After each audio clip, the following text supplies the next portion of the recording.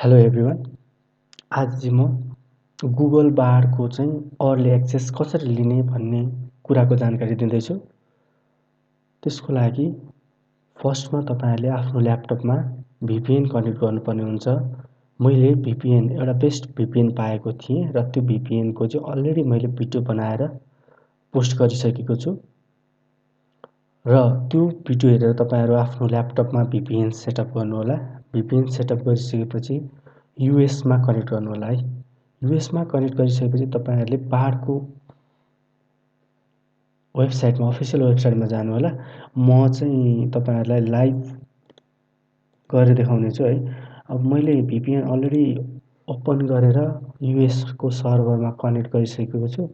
अब त्यसपछि म अफिसियल वेबसाइटमा जान्छु बारको अफिसियल वेबसाइटमा गएर चाहिँ एउटा बटन देख्न सक्नुहुन्छ, जोइन वेट लिस्ट भन्ने छ है। अब हामीले चाहिँ डाइरेक्ट अहिले बारको एक्सेस गर्न सकिँदैन, एक्सेस पाउन सकिँदैन। भिपिएन बिना त तपाईँहरूले नेपालबाट हामीलाई एक्सेसै दिएको छैन। Not currently not available in your country भनेर भनिरहेको हुन्छ है।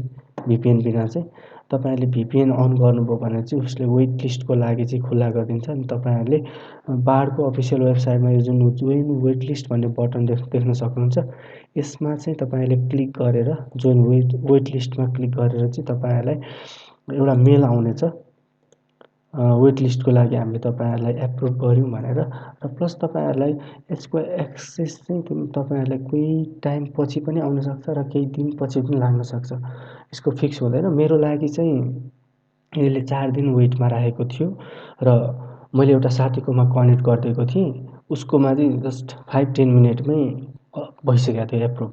यो भनेको डिपेन्ड्स अन अब कस्तो छ ट्राफिक, त्यसको ट्राफिक अनुसार चाहिँ यसले तपाईँहरूलाई वेट लिस्टमा कति टाइम राख्ने भन्ने कुरा चाहिँ डिटरमाइन गरेर हुन्छ है। र तपाईँहरूलाई मैले यति गरिसकेपछि you have been added to wait list भनिरहेछ है। अब मलाई एउटा मेल आउँछ, म जिमेल खोल्छु है। अनि मेल आउँछ, मेल चाहिँ अब जस्ट वेट लिस्टको लागि चाहिँ लिस्ट भयो भनेर मेल आएको हुन्छ। इन्स्ट्यान्टली अर्को पनि मेल आउनसक्छ र कुनै बेला टाइम पनि लाग्छ। यहाँ हेर्न सक्नुहुन्छ बार एआईले चाहिँ you will receive another email when it's your turn to test Bard भनेर मेसेज पठाएको छ है। अब चाहिँ यो बारको एक्सेस पाइसकेपछि त्यो इन्टरफेस कस्तो हुन्छ भन्ने कुरा चाहिँ म तपाईँलाई देखाउन गइरहेको छु। त्यो मैले अलरेडी बारको एक्सेस पाएको छु। अब मेरो चाहिँ यो प्रोफाइलमा जान्छु है, क्रोम प्रोफाइलमा। अब यसमा मैले बार भनेर हाल्छु। अब यहाँ कस्तो इन्टरफेस खुल्छ भन्दाखेरि मैले भिपिएन अन गरेको छु। बार पनि अहिले एक्सपेरिमेन्ट फेजमा छ, बेटा भर्जनमा छ, अहिले भनेको अन्डर डेभलपमेन्टमा छ भनेर बुझ्नुपर्छ।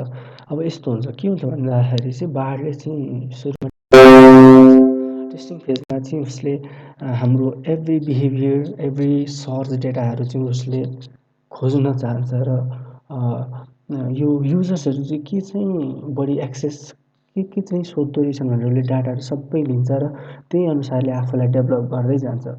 फर इक्जाम्पल जस्तै अब मैले अहिले नेपालीमा केही मलाई एउटा गीत लेखिदिनु पऱ्यो अथवा पोएम लेखिदिनु पऱ्यो भनेर भन्यो भने उसले प्योर नेपालीमा लेख्न सक्दैन, किनभने ऊ अन्डर डेभलपमा छ है।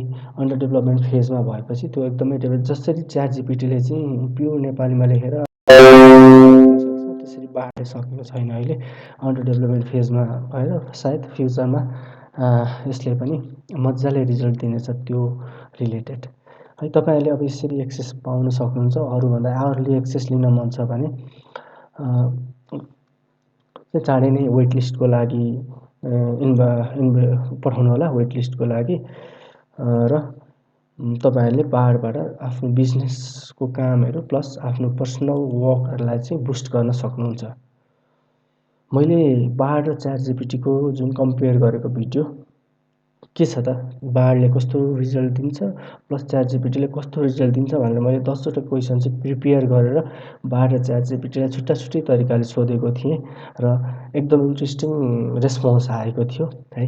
त्यो यो भिडियो पनि हेर्नु होला एकचोटि। एकदमै इन्ट्रेस्टिङ भिडियो छ, दुईटाको कम्पेयर, डिफ्रेन्ट इन्ट्रेस्टिङ क्वेसनहरू सोधेको कारणले गर्दाखेरि भिडियो राम्रो भएको छ। ल यसरी तपाईँहरूले बारको एक्सेस पाउन सक्नुहुन्छ। ल च्यानल सब्सक्राइब गर्नु होला प्लस लाइक गर्नुहोस्। एकदम राम्रो लाग्यो भने साथीहरूलाई सेयर पनि गरिदिनु होला। हस् त, धन्यवाद।